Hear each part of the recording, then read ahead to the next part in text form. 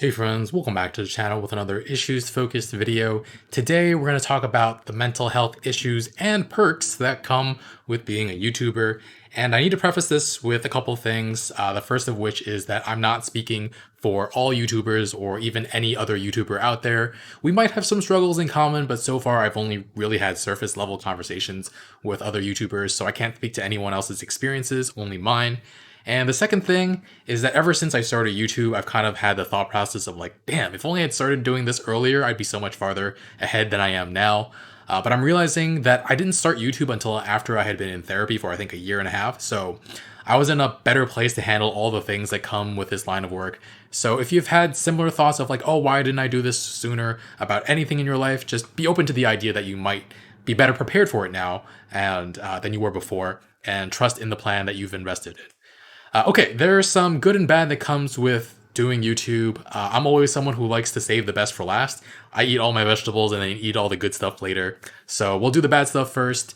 Well, I grew up very poor because an uncle by marriage stole a lot of money from my family when my mom was pregnant with me. So I've never had my own room. My parents eventually saved up enough to buy this place, but they didn't have enough to buy a place where I would get my own room. So this wasn't too big of a deal when I started YouTube because my dad lived and worked in Connecticut about 4 or 5 days out of the week. But after he got fired, it became more difficult for me to do work. Still doable because my mom would leave for work every morning and he'd go into my mom's room and I had my own space 4 days a week. Then COVID hit and it has been an intense struggle to get any work done. Every time I'm working, it feels like I'm rushing to get recordings done, and I get more easily exhausted. And I have to deal with the thought that while I make enough money to rent an apartment, New York City is hell to find a place to rent. So that's another bonus, of course. I also haven't had a good night's sleep in over a year and a half at this point, but that's less to do with YouTube and just more my living situation. Also, so I get a lot of recommendations for shows, movies, video games, and I appreciate all of them, but I'm also extremely hesitant to start any new work because even thinking about it makes me feel the burnout nipping at my heels. And I think a lot about getting further ahead with my videos so that if I do crash, I can have enough stuff to upload to get me through it. And so that's always a consideration. And honestly, I can't thank my editors enough. There's no question in my mind I would have burned out a while ago without Danny editing Westworld and then movie reactions for me. Kelsey helped with some movie reactions in the past too, and that was super helpful. And now Helena is now doing Big Bang Theory and taking some stuff off my plate, which is giving me the time to just relax and take some time for myself. I said I was going to save the good for last, but it felt like the right moment to bring up my editors. Anyway, second shitty part for my mental health with YouTube is the shitty comments. And I don't think I'm ever even offended or personally hurt by anything anyone has ever said to me on YouTube, but it's more that I'm upset that this is the way people choose to treat each other.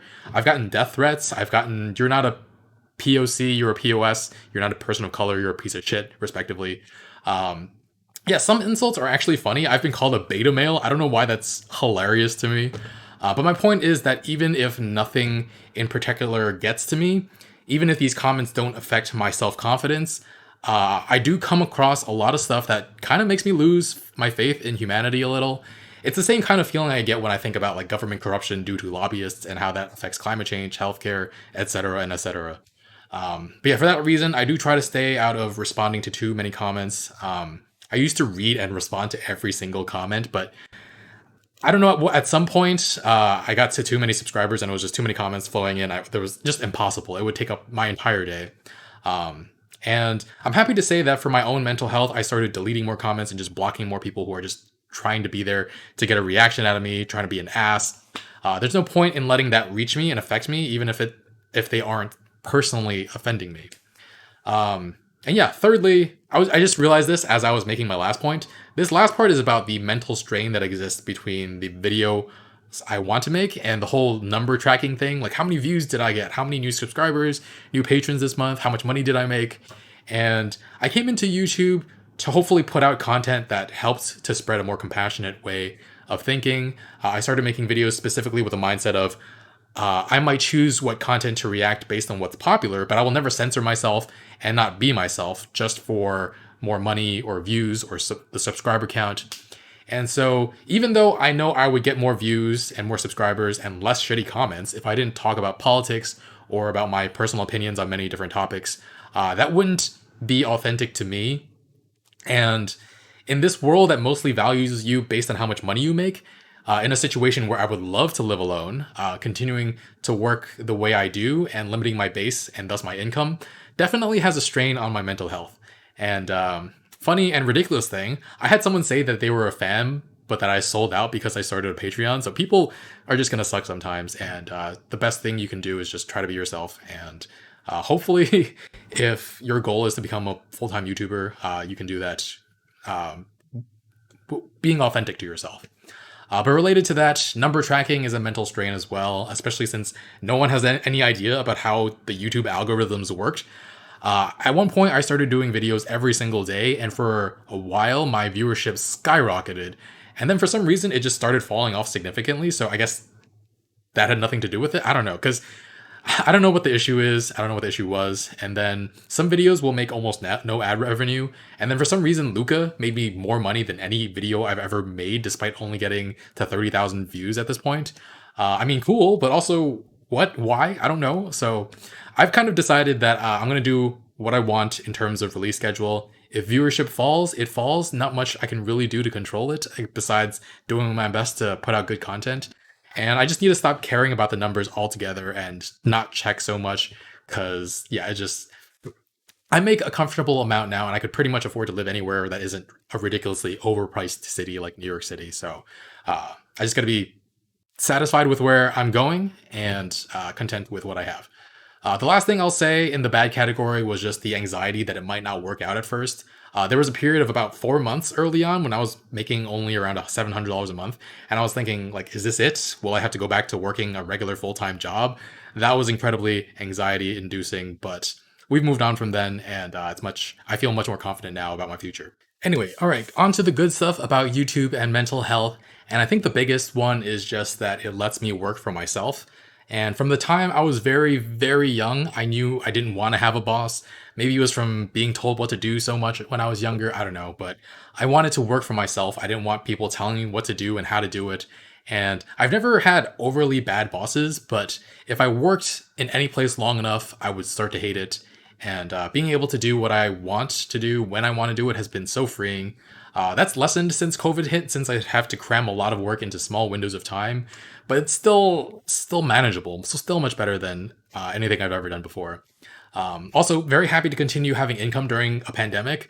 I was never at risk of losing any of my previous jobs before, but the peace of mind that I can't lose mine is now pretty fantastic. And even if my channel were to get shut down by copyright strikes, I have my base of Patreon supporters, and I can post everything all over again. So yeah, and I get to watch TV shows and movies and share my thoughts with people. It's still work, especially the editing, and sometimes analyzing things can take a while, but compared to other stuff I've done for work, it's a breeze. And analysis is what I was trained for at Hunter College High School, so can't complain about that. And another great thing for my mental health has just been the flow of supportive and positive comments. I've had very little positive reinforcement in my life as a whole. So if you've left a positive comment before, thank you for your kind words. It's been very, very helpful. And I'm thankful to the friends I've made through YouTube as well. Thank you to those who have reached out for conversation, who have sent me stuff via my P.O. box. You guys are great. And yeah, the people who support me on Patreon are awesome. I've only had very, very rarely had negative experiences there. And some messages I've gotten have been very, very sweet. I had someone reach out to me before COVID and say that they were in the hospital for a while and that my videos really helped them get through it. That was really, really sweet and really nice to hear. But also had some people who were staying inside due to COVID and struggling with their mental health, and they said I've really helped them out too. So knowing that I'm entertaining people and getting to share my thoughts and opinions with everyone definitely fills me with a sense of fulfillment. Glorious purpose for those of you watching and enjoying Loki. And I won't pretend to think that I've somehow changed the minds of so many people who disagree with me on important issues. But many people have told me that I've helped them open their eyes on certain issues, or that I put things in a way that they hadn't thought of before. And I mean, that's all I could really hope for, honestly. And it makes what I'm doing feel worth it. And sometimes there's not much to say, and it's just having fun, relaxing, sharing my experience, and that's fine too. And yeah, I'm really enjoying myself as a YouTuber. So there you have it, some negatives and positives with that have to do with mental health from being a YouTuber. If any other YouTubers watch this video, let me know your thoughts and feelings, please. Also, I would love to have more friends who are YouTubers. I've only talked to a few. American Mum gave me my first shout out when I was doing Game of Thrones. Nikki and Steve Reacts gave me a shout out for Game of Thrones too. Someone pointed me towards Molly B when I had copyright trouble with The Expanse. And I've also talked to Alan Seawright from Cinema Therapy as well for a bit. Actually, I did talk to two other people, but one turned out to have some real bad takes, like he was anti BLM and things like that. But another kind of dropped YouTube and Twitch, so sad to see them go. Anyway, but thanks for watching, guys. And actually, in the interest of mental health, I'm going to be stop doing these issues focused videos weekly because it's been a bit of a struggle finding things to talk about. But maybe I can make it more of a current events thing. If something comes up, I can talk about how it's related and my thoughts on the socioeconomical, political things that have to do with it. So yeah, maybe I'll talk more about certain topics that are related to whatever's going on in the world. And I think that would be fun as well. Anyway, guys, thanks for watching. Leave a like, really helps out the channel. And yeah, I'll see you guys next time with more. Bye, friends.